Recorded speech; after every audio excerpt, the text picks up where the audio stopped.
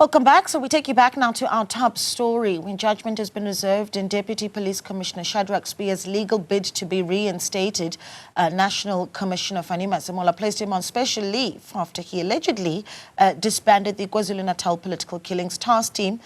Provincial Police Chief Nhlanhla Mkhwanazi in July claimed that officers discovered links between criminal syndicates, politicians, prosecutors and business people.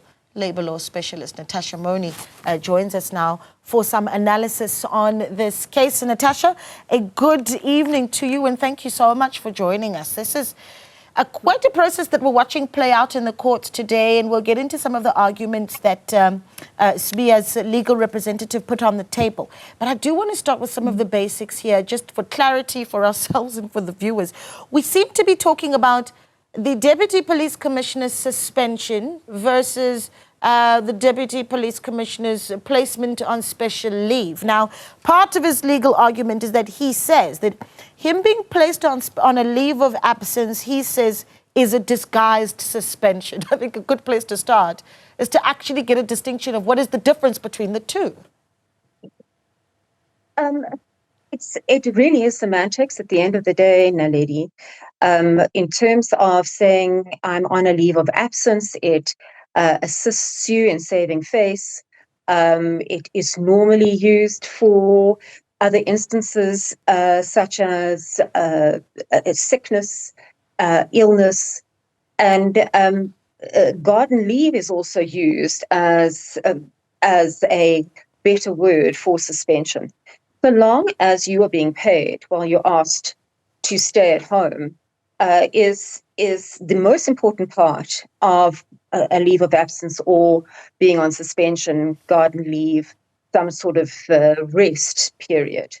Really, to me, there is no difference. Yeah, and so considering that this is part of the argument that's being put forward by Sibiya, I mean, the strength of that argument when you say it really is semantics for the position of the Deputy Police Commissioner? Well, he has gone to the High Court. One would normally go to the CCMA or the Public Bargaining Council that oversees the SAPS.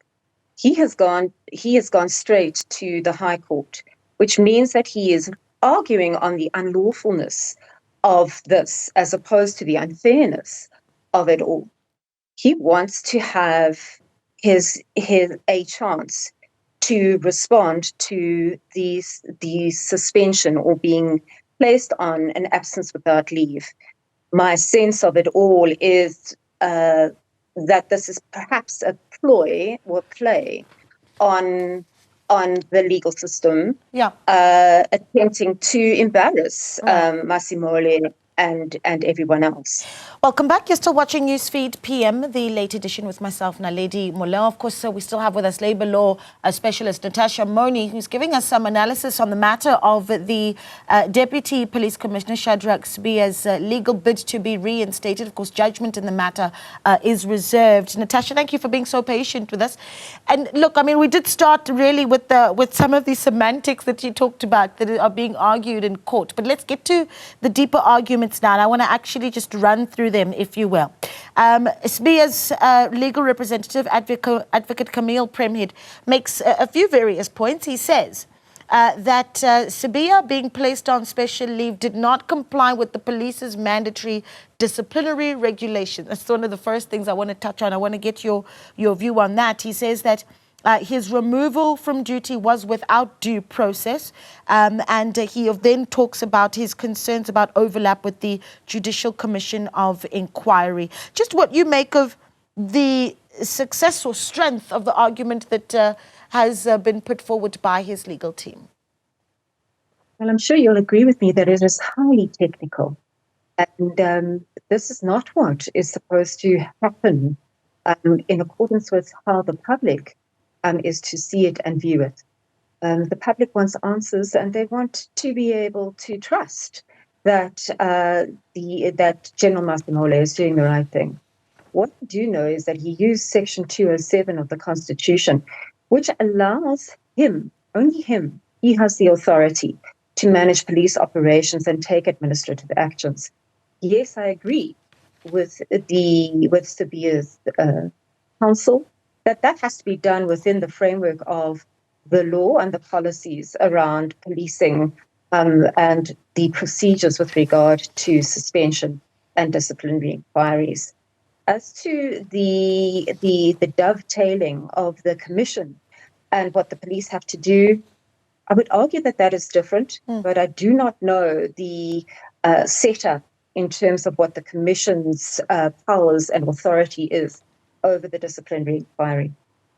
Yeah, because that becomes a bigger sort of issue, and part of the terms of reference of the commission also brought up in court today, and quite the tennis match of a discussion there. But let's look at the argument that's been put forward as well by the legal representative of the National Police Commissioner, General Fanny Masemola, who says that the allegations against Sibiya have now made the working relationship between himself and the Deputy Police Commissioner Shadrack Sibiya extremely difficult. So I bring that up to say, if we were to, for instance, see the court grant success to Shadrack Sibiya, what would that working relationship then look like if he was reinstated?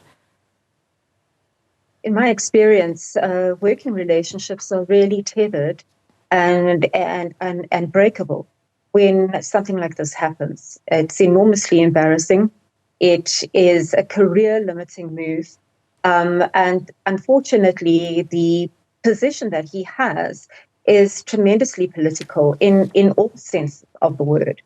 So my guess is that they wouldn't be able to work again with one another, which is quite absurd if you think of what happened on the 20th of August, where Masemola actually said, well, I'll place you on suspension, or you can be placed somewhere else in the workplace. The contention here is that you are suspended because you have this opportunity or a belief that you are going to interfere with the investigation into your conduct. And that is one of the reasons why one would be suspended. And if that's not the case, if you will allow him back to come and work with you or work somewhere else in a particular position, then you are not afraid of the kind of corruption you have purportedly experienced in terms of the investigation. Yeah, and just lastly, just as we close off, I suppose your final thoughts, if you were to put yourself in the position of the legal representative of the Deputy National Commissioner Shadrack Sibiya, the advice that you'd give him moving forward if we see that once judgment is handed down, he's not successful, the likelihood that we might want to very well continue pursuing the matter, would you advise that? Absolutely not. I would wait for the information that the police have with regard to the allegations of corruption, and wait for all the documents to come through and all the evidence to come through before I take a next step. A suspension is you are still paid under suspension, and you have a bird's eye view as to what's going on. And the work really starts when you see the weaknesses and the strengths in the case of the police. Yeah. Natasha, we're going to leave it there. Thank you so much for your insight in what is really developments that the country is watching so closely. Natasha Moni, of course, is a Labour lawyer speaking to us here this evening.